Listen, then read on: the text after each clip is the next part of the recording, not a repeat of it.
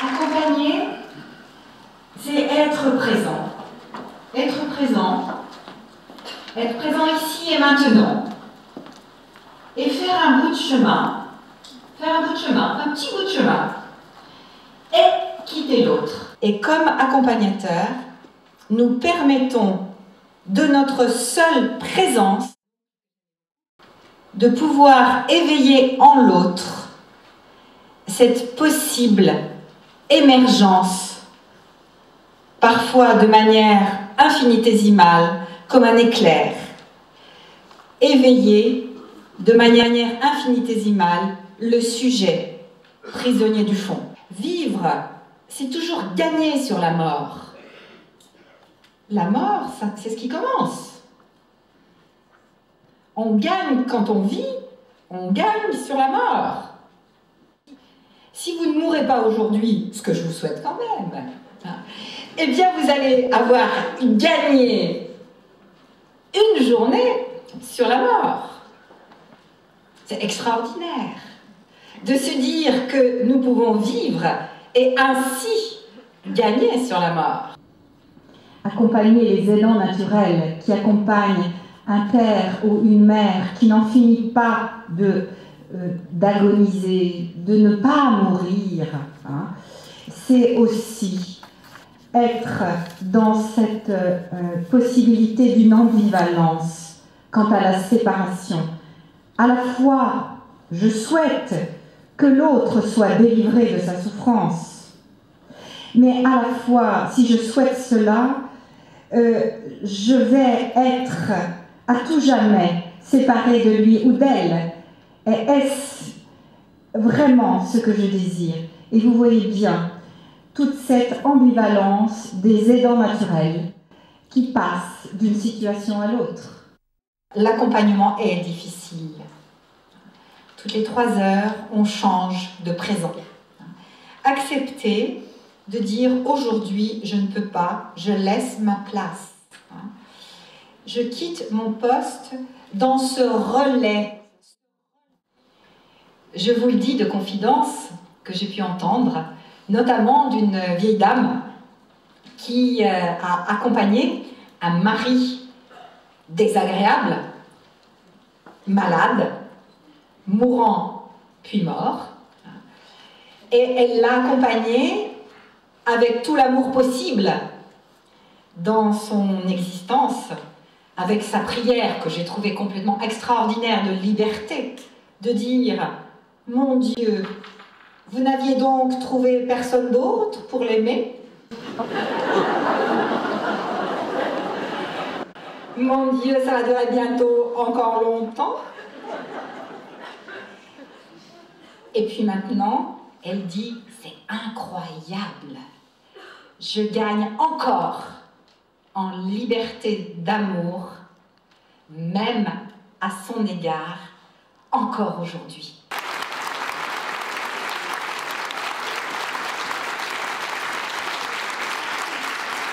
Merci beaucoup pour tout ce que vous venez d'évoquer sur ce que l'accompagnement fait, sur ce qu'il implique et dans toutes ces situations.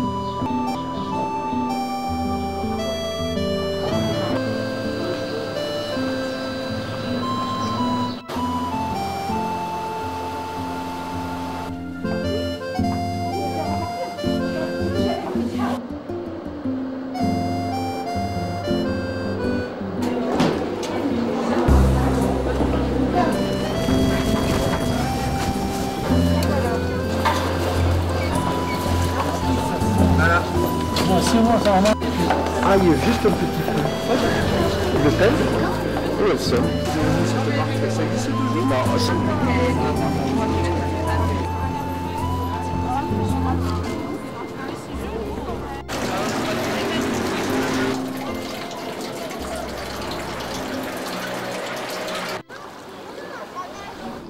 Lié au...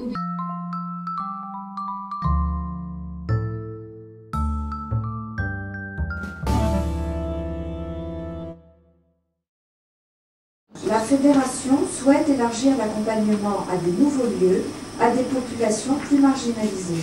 Donc là aussi, c'est à la commission bénévolat à partir justement d'expériences d'autres associations, de rencontres peut-être avec ces associations, que nous allons réfléchir aussi sur qu'est-ce que l'accompagnement à Jalmab. Est-ce que Jalmab doit justement s'ouvrir à des populations différentes? Les personnes en situation de précarité, c'est-à-dire par exemple les SDF, les personnes migrantes en foyer d'accueil et les personnes en hospitalisation carcérale.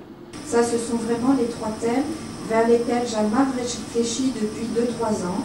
Et c'est pour ça que cette année, nous avons invité ces deux personnes pour venir nous éclairer justement sur leur expérience et voir comment Jalmab peut s'inscrire aussi dans ce mouvement en gardant bien entendu sa spécificité d'accompagnement de personnes fragilisées par la maladie. Les bénévoles sont les premières personnes porteurs des valeurs de Jalmab, à la fois parce qu'elles, par leur présence auprès des malades, mais aussi parce qu'elles vont dire à travers leur accompagnement la façon dont elles vont être dans les lieux où elles accompagnent avec les soignants, avec les personnes de la société qu'elles vont rencontrer.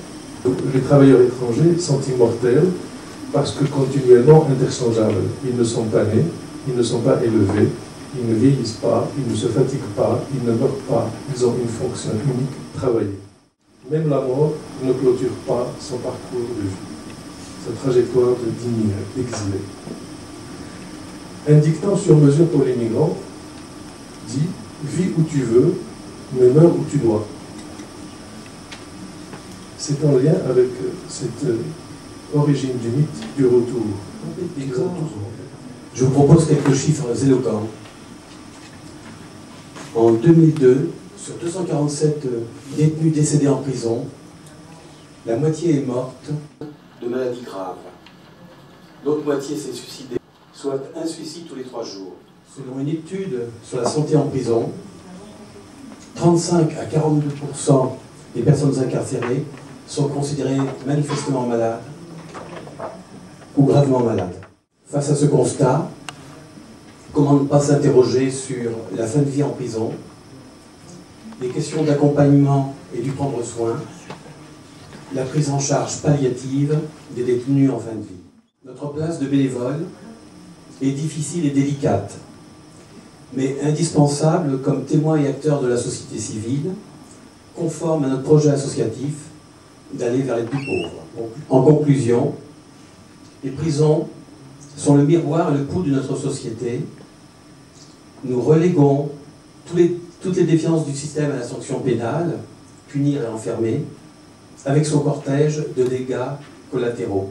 Développement des pathologies lourdes, des maladies mentales, du vieillissement, vulnérabilité des plus pauvres, récidive à la sortie. Nous n'aurons pas d'efficacité. Voilà ma remarque. Mais merci encore pour les intervenants, car ils m'ont beaucoup touché. Mais peut-être qu'il faut quand même se poser la question de quelles sont les populations qui aujourd'hui ont besoin aussi d'être accompagnées. C'est une ouverture, et vous savez que le monde associatif est souvent le milieu qui a alerté l'opinion publique, qui a alerté les décideurs, qui a alerté les pouvoirs publics. Et donc je pense que Jalmab, même si toutes les associations ne se lancent pas dans ce type d'accompagnement, c'est une réflexion que nous devons tenir au niveau de la fédération, mais aussi des associations. Et ce débat, encore une fois, moi je suis ravie qu'il soit abordé. Il me fait penser à ce débat qui est encore un petit peu tumultueux parfois, de l'accompagnement par Jalmab des personnes âgées. Quand quelqu'un est hospitalisé, je dis que personne ne sait son histoire.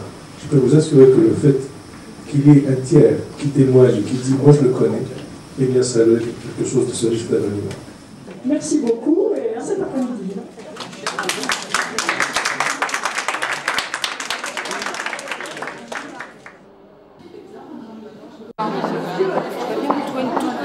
Bonjour, merci de m'accueillir, merci pour votre présence.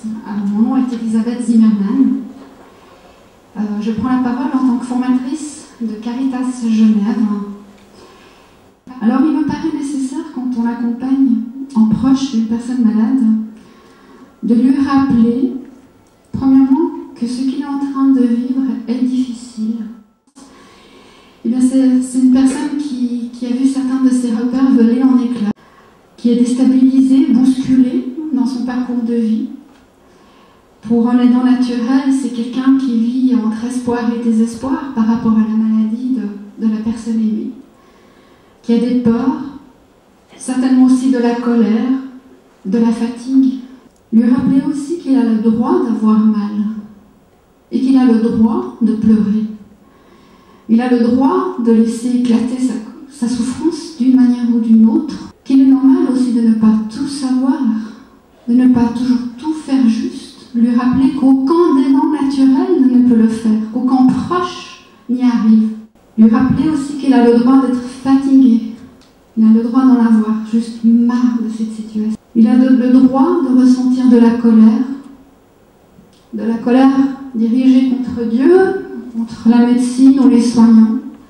Mais peut-être aussi, il a le droit d'avoir de la colère contre la personne malade et contre les autres proches. Valider toutes ces émotions, c'est important. Rappeler aussi à l'aidant naturel qu'il est un être humain et non pas un robot, non pas un ordinateur dépourvu d'émotions, qui arriverait à réconcilier l'inconciliable. Non. L'accompagnement, c'est l'affaire de tous au quotidien. Je crois que c'est une responsabilité que nous devons l'assumer en tant que citoyens pour nos prochains. Et puis vraiment, j'étais touchée de savoir que vous êtes ici nombreux à ce congrès. Donc merci à vous. Depuis 2002, nous avons animé 13 groupes pour les enfants qui ont un proche malade, un groupe pour les adolescents et les fratries, si peu de groupes pour les adolescents parce que fondamentalement les adolescents ne viennent pas au groupe, et 5 groupes donc pour les enfants, pour que les enfants puissent participer à ce groupe. Merci. La première, c'est bien sûr que l'enfant soit au courant du diagnostic. Souvent, il y a tout un travail qui se fait avant avec les parents pour pouvoir dire à l'enfant qu'est-ce qu'a sa maman ou son papa. Dans la plupart des cas, c'est fait. Rarement, il y a encore des parents qui n'osent pas en parler ou qui pensent qu'ils peuvent protéger l'enfant en lui cachant les choses, ce qui est bien sûr absolument impossible. C'est important, j'allais dire, de pouvoir harmoniser ce qui se fait au niveau national dans chaque association. C'est aussi le but de pouvoir favoriser le développement de cet accompagnement au deuil. Il s'agit aussi d'analyser les besoins des associations, de s'enrichir des expériences des autres, car je crois que c'est tout à fait important. Il faut quand même qu'on se rappelle que les bénévoles ne sont pas des thérapeutes et que ce ne sont pas que l'accompagnement au deuil, ce n'est pas du tout une thérapie, mais c'est vraiment de l'accompagnement. Je crois que c'est important aussi pour ça, si on veut limiter le nombre de rencontres, on s'est rendu compte qu'il fallait absolument laisser à la personne en deuil l'initiative.